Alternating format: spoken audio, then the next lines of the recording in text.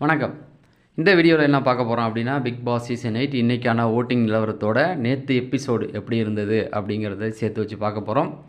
First நேற்று episode ரொம்ப ஃபயராக இருந்ததுங்க. 2 நாளாகவே எபிசோடை இத்தனை நாள் நம்ம எதிர்பார்த்த ஒரு விஷயங்கள் போயிட்டுருக்கு.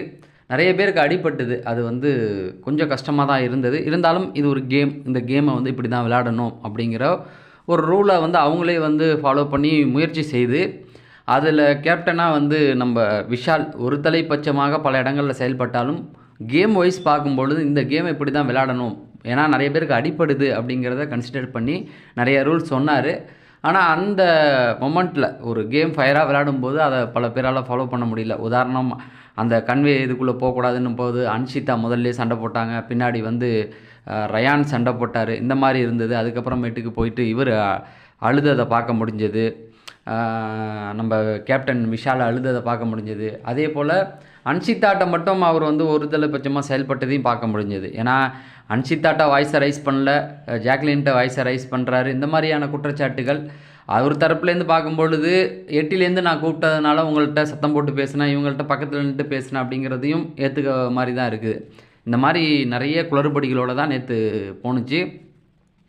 சரி, அதை ஓட்டிங்கோட நம்ம கனெக்ட் பண்ணி வழக்கமாக பார்க்குற மாதிரி பார்த்துருவோம். முதல்ல முத்துக்குமரன் 1,27,700 ஓட்டுகளுக்கு மேலே வாங்கிட்டார். முதல் இடத்துல அசைக்க முடியாத இடமா இருக்கார்.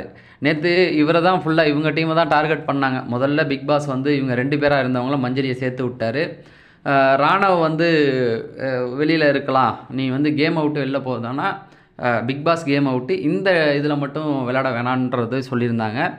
அவர் பிளஸ்டு தான். ஏன்னா நேற்று நடந்ததை பார்த்து அவரெல்லாம் இருந்ததானா பயங்கரமாக அவர் தாக்கியிருப்பாங்க.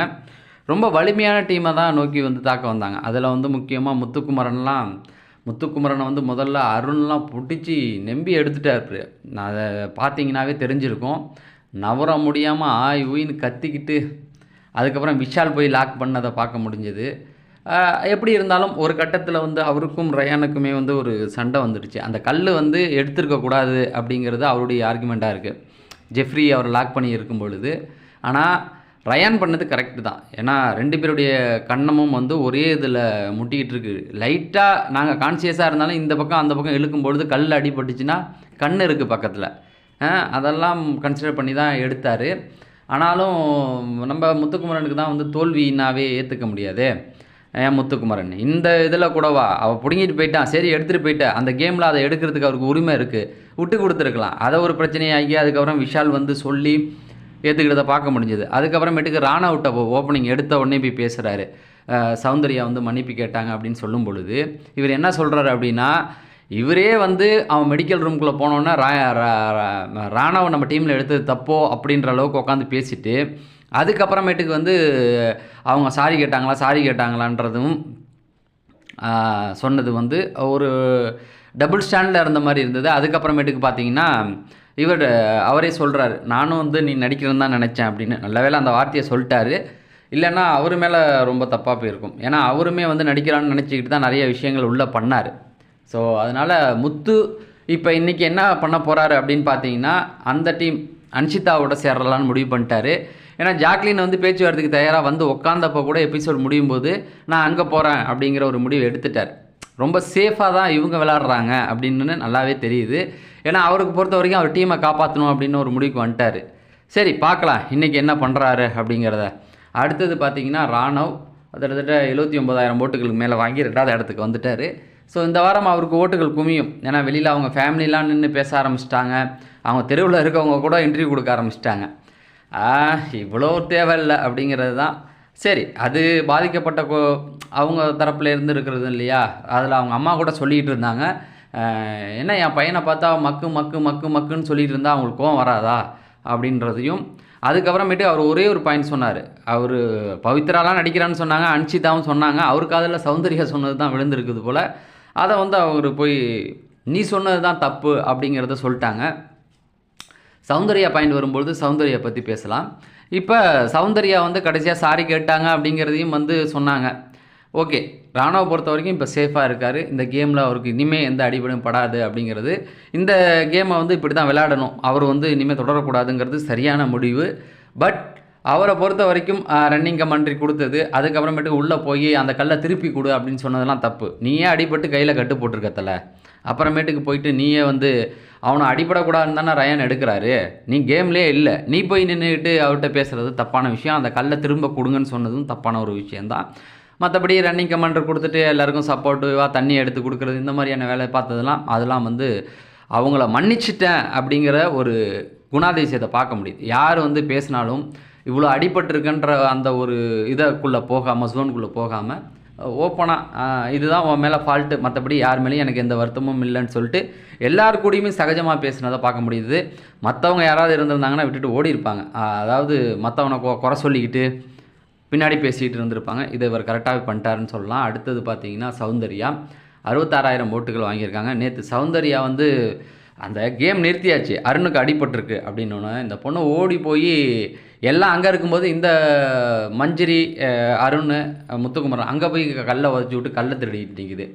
இது என்ன சொல்கிறதுனே புரியல. ஏன் அடிபட்டுருன்னு சொல்லி தான் உங்கள் டீம் ஆள் தாங்க அடிபட்டிருக்காங்க, தேவையில்லாத வேலையெல்லாம் பண்ணிகிட்டு இருக்கீங்க. அதுக்கப்புறமேட்டுக்கு அது சொன்னால் அதுக்கு ஒரு ரியாக்ஷன் ஒன்று கொடுத்தது, தலையை ஆட்டி ஆட்டி அங்கே ப்ரோவோக் பண்ணி விட்டுக்கிட்டு இப்படி நிறைய வேலைகள் பண்ணிகிட்டு இருந்தாங்க. கன்வே இதில் வந்து ஒரு இடத்துல அவங்க கல் எடுத்து வச்சுக்கிட்டு இருந்தாங்க, அசால்ட்டாக பிடிக்கிட்டு போனாங்க. இந்த மாதிரி நிறைய விஷயங்கள் அவங்களால ஸ்ட்ரகிள் பண்ண முடியல, பேச்சுக்கு தான் லாய்க்கு அப்படிங்கிறது தெரிஞ்சு போச்சு. அந்த பக்கம் விஷால் அவங்க டீமில் இருந்துட்டு எவ்வளோ போராடினார். ஆனால் அவங்க வந்து மஞ்சரி டீமை தான் லாக் பண்ண நினச்சிக்கிட்டே இருக்காங்க. இந்த பக்கம் விஷால் வந்து நீங்கள் நல்லா பார்த்தீங்கன்னா அன்ஷிதா பக்கம் போகவே இல்லை. இந்த பக்கம் ஜாக்லின் இந்த டீம்லையாவது போய் நின்னார், ரஞ்சித்திட்ட பிடிச்சாரு. ஏன் அன்ஷிதா பக்கம் போகல விஷால்? என்ன காரணம்? அந்த டீமுக்குள்ளே போகிறதுக்கு காரணம் என்ன? நீங்கள் சொல்லுங்கள், என்ன விஷயம்னு சொல்லுங்கள். ஏன் அந்த டீம் மேலே உங்களுக்கு வந்து அவ்வளோ அக்கறை வருது? இந்த பக்கம் ஜெஃப்ரியை வந்து குறை சொல்கிறீங்க. நீ ராணாவிட்ட சொல்லிகிட்டு இருந்தார் ஓப்பனிங்கிலே, உன் உடம்புக்கு வந்து நீ வந்து இவனை இழுத்து போட்டிருக்கலாம் ஜெஃப்ரியை அப்படின்னு சொல்லி ஜெஃப்ரி பண்ணது தப்பு தான்றீங்க. ஜெஃப்ரி மேலேயும் சொல்கிறீங்க, பவித்ராவை கண்டிக்கிறீங்க. ஆனால் அன்ஷிதா மேலே மட்டும் உங்களுக்கு என்ன அவ்வளோ கன்சர்ன் சொல்லுங்கள். நீங்கள் இது வந்து இந்த உங்களுக்கு இது நீங்கள் ஏற்கனவே தர்ஷிகா பாவம் நீங்கள் ஜெயிப்பீங்கன்னு சொல்லிட்டு போய் நிற்கிது. அதெல்லாம் புரிஞ்சிக்கணும் விஷால், தேவையில்லாத பேரை கெடுத்துக்காதீங்க அப்படிங்கிறது தான் எனக்கு தோணுச்சு. உங்களுக்கு என்ன தோணுது அப்படிங்கிற கமெண்ட் செக்ஷனில் சொல்லுங்கள். அடுத்து பார்த்தீங்கன்னா ஜாக்லின் கிட்டத்தட்ட 41,000 ஓட்டுகள் வாங்கியிருக்காங்க. இவங்க அந்த கேமுக்கு உண்மையாக தான் இருந்தாங்க. எந்த பார்ட்னர்ஷிப் போட்டு விளாண்டாங்களோ அந்த கேம் அந்த டீமோட முத்து டீமோட ஓரளவுக்கு நியாயமாக தான் நின்னாங்க. ஓரளவுக்கு மேலே கண்ட்ரோல் மீறி போனதுக்கப்புறம் அவங்களால எதுவுமே பண்ண முடியல அப்படிங்கிறது தான் அதை நல்லா பார்க்க முடிஞ்சது. பவித்ரா பிடிச்சி அவங்கள லாக் பண்ணும் பொழுது அந்த இடத்துல பவித்ரா கடிச்சிருக்கக்கூடாது. ஏன்னா பவித்ரா வரும்போது அந்த பாயிண்ட் பேசலாம். ஆனால் பவித்ரா வந்து அவங்களால முடியல, அவங்களுடைய இயலாமை தான் அது காட்டுது. அதெல்லாம் அதை புரிஞ்சுக்கிட்டு அதுக்கப்புறம் 2 பேரும் உட்காந்து பேசினாங்க. பட் ஓகே தான் அப்படின்னு தோணுச்சு. அடுத்து பார்த்தீங்கன்னா அருண் இருக்கார். அருணை பொறுத்த வரைக்கும் 40,000 ஓட்டுகள் வாங்கியிருக்காரு. இவங்க பொறுத்த வரைக்கும் மஞ்சரி டீமை தாக்கலான்னு நினச்சி அவர் கால் உடஞ்சது தான் மிச்சம். ஏன் அருண் நீ திருந்தவே மாட்டியா? உன் கால் அடிஞ்சு கால் உடஞ்சி போய் நின்னாச்சு, அதுக்கப்புறம் கேமுக்குள்ளே நீ வரக்கூடாது. அதுக்கப்புறமும் வந்து டிஃபெண்ட் பண்ணுறேன்னு சொல்லிட்டு உள்ளே நின்று திரும்பவும் போய் விழுவுற. இதெல்லாம் என்ன சொல்லு?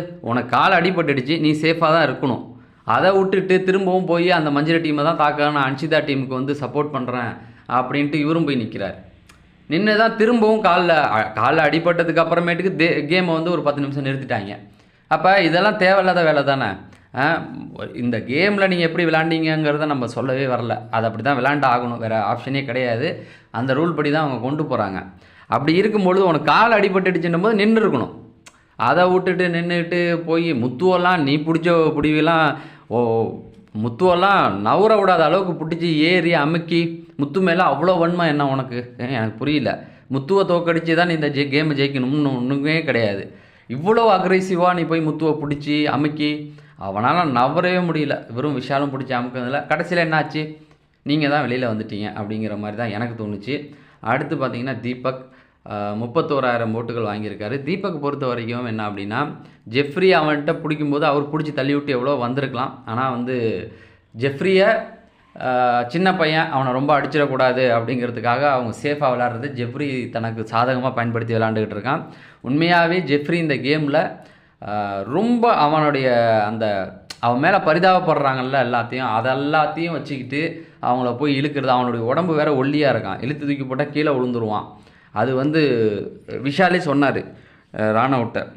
ராணவ், நீ உனக்கு நடந்தது மட்டும் நீ மட்டும் ஜெஃப்ரிக்கு பண்ணியிருந்தீன்னா இந்த வீட்டுக்கு நீ வில்லனாக தெரிஞ்சிருப்பா அப்படின்னு சொல்லி. அதுதான் உண்மை. அந்த அளவுக்கு வந்து ஜெஃப்ரி வந்து எல்லாத்தையும் யூஸ் பண்ணிக்கிறான்னு தோணுது. இந்த பக்கத்தில் பார்த்தீங்க அப்படின்னா ராணவும் சொன்னார், என் உடம்பு ஹைட்டுக்கு ஜெஃப்ரியை தூக்கி போடுறதுக்கு எனக்கு 2 நிமிஷம் ஆகாது, ஆனால் அவனை நான் அடிச்சிடக்கூடாது, அவனை காயப்படுத்திடக்கூடாதுங்கிறதுக்காக தான் அவன் என்னை கீழே தள்ளி விட்டு மேலே உட்காந்துருக்க போது கூட அமைதியாக வெளியில் வரணும்னு நினைக்கிறேன் அப்படிங்கிற சொன்னதெல்லாம் வந்து நல்ல ஒரு விஷயம். அதை ஜெஃப்ரி புரிஞ்சிக்கல. விஜய் சேதுபதி இந்த வாரம் அவனுக்கு நல்ல அட்வைஸ் கொடுக்கணும் தொடர்ந்து. அவன் சின்ன பையன் கிடையாது, 21 வயசு ஆகுது. ஒவ்வொருத்தவங்கள்ட்டையும் ஏமாற்றி கேம் விளாண்டுக்கிட்டு இருக்கான். அதனால் பிடிச்சிங்க. இவ்வளோ இருந்து அவங்க தானே ஃபஸ்ட் இடத்துல இருக்காங்க. அதுக்கு காரணம் என்ன? 2 பெண்கள், ஒரு சின்ன பையன். மற்ற டீமை கம்பேர் பண்ணும்போது அவங்க ரொம்ப வீக்காக இருக்காங்க. இருந்தாலும் அவங்கள்ட்ட கல் எப்படி வருது? அதுதான். ஏன்னா இந்த பக்கம் இருக்கிற விஷால், அந்த பக்கம் வந்து அருணா இருக்கட்டும், சௌந்தர்யா, அவங்க யாருமே அந்த பக்கம் போகல, அந்த டீமுக்குள்ளே போகல. இந்த பக்கத்தில் இருக்கிற ராணாவாக இருக்கட்டும், முத்துக்குமரனாக இருக்கட்டும், இவங்க யாருமே ஜெஃப்ரியை வந்து ரொம்ப லாக் பண்ணக்கூடாதுன்னு இருக்காங்க. ஏன்னா சின்ன பையன் அப்படின்னு. அதை வந்து அவன் புரிஞ்சிக்கல. அப்படிங்கும்போது தான் ரொம்ப கஷ்டமாக இருக்குது. பார்க்கலாம். அடுத்தது வந்து பவித்ரா 31,000 ஓட்டுகள் வாங்கியிருக்காங்க. பவித்ராவுக்கு வந்து நேற்று ஒரு கில்ட்டி ஆகிடுச்சு. அதெல்லாம் பார்க்க முடிஞ்சுது. அவங்களே ஓப்பனாக சொல்லிட்டாங்க, என்னால் முடியல அப்படின்னு. பவித்ரா, நீங்கள் ஒரு ஆக்ட்ரஸ், அதை நல்லா புரிஞ்சுக்கிங்க. நீங்கள் உங்களால் இயலாமை முடியல அப்படின்னா நீங்கள் உரமாக நிற்கணும். போய் கடிச்சிட்டிங்க அப்படின்னா உங்களுடைய இமேஜ் போயிடும். வெளியில் எங்கேயாவது இன்டர்வியூ போனீங்கன்னா இதை தான் கேட்பாங்க ஃபஸ்ட்டு எடுத்தோன்னே, ஏமா பிடிச்சி கடிச்சு வச்சு அப்படின்னு சொல்லி. அது ஒரு ஆக்டராக இருந்தால் கூட பரவாயில்ல, ஆக்ட்ரஸ்ன்றதுனால அது உங்களுக்கு தான் இமேஜ் ப்ராப்ளமாக இருக்கும். நாளைக்கு கில்ட்டியாக ஒரு இது வரும். அது வந்து அங்கேயே வந்துருச்சு. ஆனால் பவித்ரா நம்ம மன்னிச்சு தான் ஆகணும். அவனை சொல்லிட்டாங்க, என்னால் முடியல, இதுக்கு மேலே என்ன பண்ணுறதுன்னு தெரியல, அது நான் பண்ணது தப்பு தான் சொல்லி அழுததும் நியாயம் ஏற்றுக்கக்கூடியதாக தான் எனக்கு இருந்தது. உங்களுக்கு எப்படின்னு தெரியல. அடுத்தது பார்த்திங்கன்னா மஞ்சரி 29,000 ஓட்டுகள் வாங்கியிருக்காங்க. மஞ்சரியை பொறுத்த வரைக்கும் ரொம்ப அந்த டீம் தான், முத்துக்குமரன், தீபக், மஞ்சரி டீம் தான் ரொம்ப தாக்கப்பட்டது. அதுவும் அன்ஷிதாலாம் வெறித்தனமாக அவங்கள பிடிச்சி இழுத்தது. அதெல்லாம் வந்து அன்ஷிதாவுடைய அந்த வன்மம் தான் வெளிப்படுது. அதனால தான் ஓட்டிங்கில் அவங்க இந்த இடத்துக்கு கூட, மஞ்சரி இடத்துக்கு கூட வரல அப்படிங்கிறது. அவங்கள பொறுத்த வரைக்கும் பாருங்களேன், யாருமே கேள்வி கேட்க மாட்றாங்க. விஜய் சேதுபதி என்னைக்காவது அவங்கள்ட்ட கேள்வி கேட்டு நீங்கள் பார்த்துருக்கீங்களா? அவங்க தப்பே பண்ணலன்னு சொல்ல வரீங்களா? நல்லா யோசிச்சு பாருங்கள். எவ்வளவோ பண்ணியிருக்காங்க. ஒரு டாஸ்க்கே நடக்க விடாமல் பண்ணாங்க. ஜாக்லின் வந்து நான் அந்த கேம் விளையாட மாட்டேன்னு விட்டுட்டு போனப்போ ரோஸ்ட் பண்ண விஜய் சேதுபதி, அன்ஷிதா வந்து அந்த ஏஞ்சல் டாஸ்க்கில் நான் இதுக்கு மேலே விளையாட மாட்டேன், தூக்கி போட்டு போகிறேன்னு சொல்லப்போ ஒரு வார்த்தை கூட கேட்கல. இப்படி தான் அவங்கள வந்து ரொம்ப என்கரேஜ் பண்ணுறாங்களோன்னு தோணுது. ஒருத்தவங்க கூட கேள்வி கேட்க மாட்றாங்க. இது என்னங்க நியாயமாக இருக்குது? ஒருத்தவங்க அவங்களும் சக கண்டஸ்டன்ட் தானே, அதை விஜய் சேதுபதி ஏன் அதை கேட்க மாட்டுறாரு? அப்போ அவங்களுக்கு நிறைய ஸ்ட்ராங்கான ரெக்கமெண்ட் இருக்குது. டீம்லேருந்து வந்து கேள்வி கேட்க வேணான்னு சொல்கிறாங்க. அதை வச்சு அந்த பொண்ணு வந்து நல்லா ஓட்டிக்கிட்டு, ஆனால் சண்டைன்னா வந்து ஒருத்தவங்களை மரியாதை இல்லாமல் பேசுது. ஜாக்லினே வந்து அவங்கள்ட்ட பேச பயப்படுறாங்க. நல்லா பார்த்தீங்கன்னா தெரியும். அந்த அளவுக்கு தான் பேசுது அந்த பொண்ணும். என்னமோ இறக்கப்பட்டு விடுற மாதிரி விட்டுக்கிட்டு இருக்காங்க. ஸோ அது இல்லாமல் நேற்று அவங்க கண்ணில் அடிப்படலை. அவங்க தீபக் வந்து கண்ணில் குத்தலை, அவர் தெரியலங்கிறாரு. கடைசியில் ரயான் கூட உட்காந்து பேசிக்கிட்டு இருந்தாங்க. அவங்க வந்து ஸ்மார்ட்டாக மூவ் பண்ணுறாங்க, அவங்க வந்து அவங்க மேலே அடிப்படலைன்னு நானும் பார்த்தேன். 2வது தடவை திருப்பி பார்த்தேன். அடிப்பட்ட மாதிரி தெரியல. டக்குன்னு அவர் எடுத்துகிட்டு இந்த பக்கம் போகிறாரு, இந்த பொண்ணுக்கு தலையில் கையை வச்சுட்டு போய் உட்காருது. ஸோ இது ஒரு கேமாக தான் இருக்கும். பார்க்கலாம். எல்லாம் எப்படியா இருந்தாலும் வீக்கெண்டில் தெரிஞ்சிட போகிறோம். ஆனாலும் இவங்களை கேள்வி கேட்க மாட்டாங்க. இவங்களை பற்றி ஒரு வார்த்தை கூட அங்கே வராது. இவ்வளோ சண்டைகள் மத்தியில் நான் சொல்கிறேன் பாருங்களேன். இவ்வளோ பேரை கேள்வி கேட்குற விஜய் சேதுபதி அவங்கள பற்றி ஒரு வார்த்தை கூட கேட்க மாட்டார் அப்படிங்கிறது தான். சரி, நடந்துட்டு போட்டோம். அவங்க ஏதோ நினைக்கிறாங்க அப்படிங்கிறது நம்ம என்ன பண்ண முடியும். அடுத்தது பார்த்திங்கன்னா ரயான் 28,000 ஓட்டுகள். இவங்க டீம் வந்து ஓரளவுக்கு சேஃபாகவே விளையாண்டாங்க. எந்த அடிமை படாமல் ஸ்மார்ட்டாக மூவ் பண்ணாங்க. ஆனால் அவர் வந்து என்னை பொறுத்த வரைக்கும் முத்துக்குமரன்ட்ட பண்ணது சரின்னு தான் நான் சொல்லுவேன். ஏன்னா அந்த கல்லை பிடுங்கினதாக இருக்கட்டும், ஓரளவுக்கு அக்ரெசிவாக வந்து பல இடங்களில் சண்டை போட்டார். அந்த கேமில் ஒன்றுமே பண்ண முடியாது. பட் தன்னை காப்பாற்றிக்கிறது தான் முக்கியம். கேம்லேயும் ஜெயிக்கணும், தன்னை காப்பாற்றிக்கணும், அதுதான். இப்போ அருண்லாம் பாருங்களேன், கேமையும் காப்பாற்றிக்கல, தண்ணியும் காப்பாற்றிக்கல அப்படின்னும் பொழுது அவருக்கு தானே லாஸ் ஆகிடுச்சு. ஸ்மார்ட்டாக மூவ் பண்ணணும். இப்போ முத்துக்குமரன் டீமெல்லாம் கன்ஃபார்ம் பண்ணும்போது இவங்க 2வது இடத்துல இருக்கிறாங்க. ஃபஸ்ட்டு அவங்க ஜெஃப்ரி டீம் இருக்குது, 2வது இவங்க இருக்காங்க. 2 டீமுமே ரொம்ப சேஃபாக தான் விளையாண்டாங்க. எந்த அடியும் இல்லை.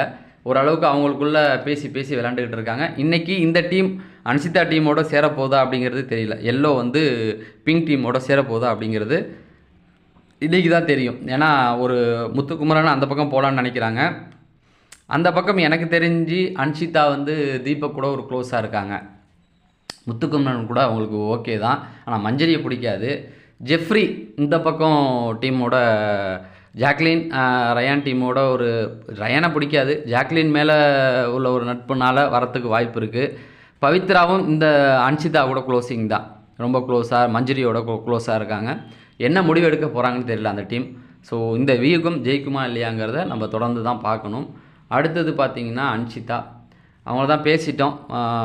27,000 ஓட்டுகள் வாங்கியிருக்காங்க. டபுள் எவிக்ஷன்னா இவங்களை அனுப்பி தான் ஆகணும். ஏன்னா கடைசி இடத்துல ரஞ்சித் இருக்கார் 15,000 ஓட்டுகள் வாங்கி. இதில் 2 பேரில் கண்டிப்பாக ரஞ்சித் போகிறாருங்கிறது கன்ஃபார்ம் ஆகிடுச்சு. இதில் அன்ஷிதா டபுள் எவிக்ஷன்னா அன்ஷிதா மேலே கை வைக்கிறாங்களா இல்லை வேறு யாரையாவது பலிகடா ஆக்குறாங்களா அப்படிங்கிறத பொறுத்து இருந்தால் பார்க்கணும். இதுதான் நேற்று இதில் நிறைய பேச வேண்டிய பாயிண்ட்டுகள்லாம் இருக்குது. ஆனால் அந்த கேமை பொறுத்த வரைக்கும் டக்குன்னு ஒன்று நடந்துருச்சு. இதில் யாருமேலேயும் தப்பு சரியில்லைன்னு நம்ம சொல்ல முடியாது. இந்த கேமுக்குள்ளே இது நடக்கிறது தான். ஏன்னா அந்த மாதிரியான ஒரு கேம் தானே இது. அதனால் தள்ளி விட்டது, விழுந்தது, எந்திரிச்சது, பிடிச்சது, இது எதுவுமே தப்புன்னு வராது. ஏன்னா இந்த கேமை இப்படி தான் விளையாண்டாகணும். பட் நான் பார்த்து புரிஞ்சுக்கிட்டது தான் உங்களுக்கு சொல்லியிருக்கேன். உங்கள் கருத்துக்களை எனக்கு கமெண்ட் செக்ஷனில் சொல்லுங்கள். நம்ம அடுத்த வீடியோவில் சந்திப்போம். நன்றி, வணக்கம்.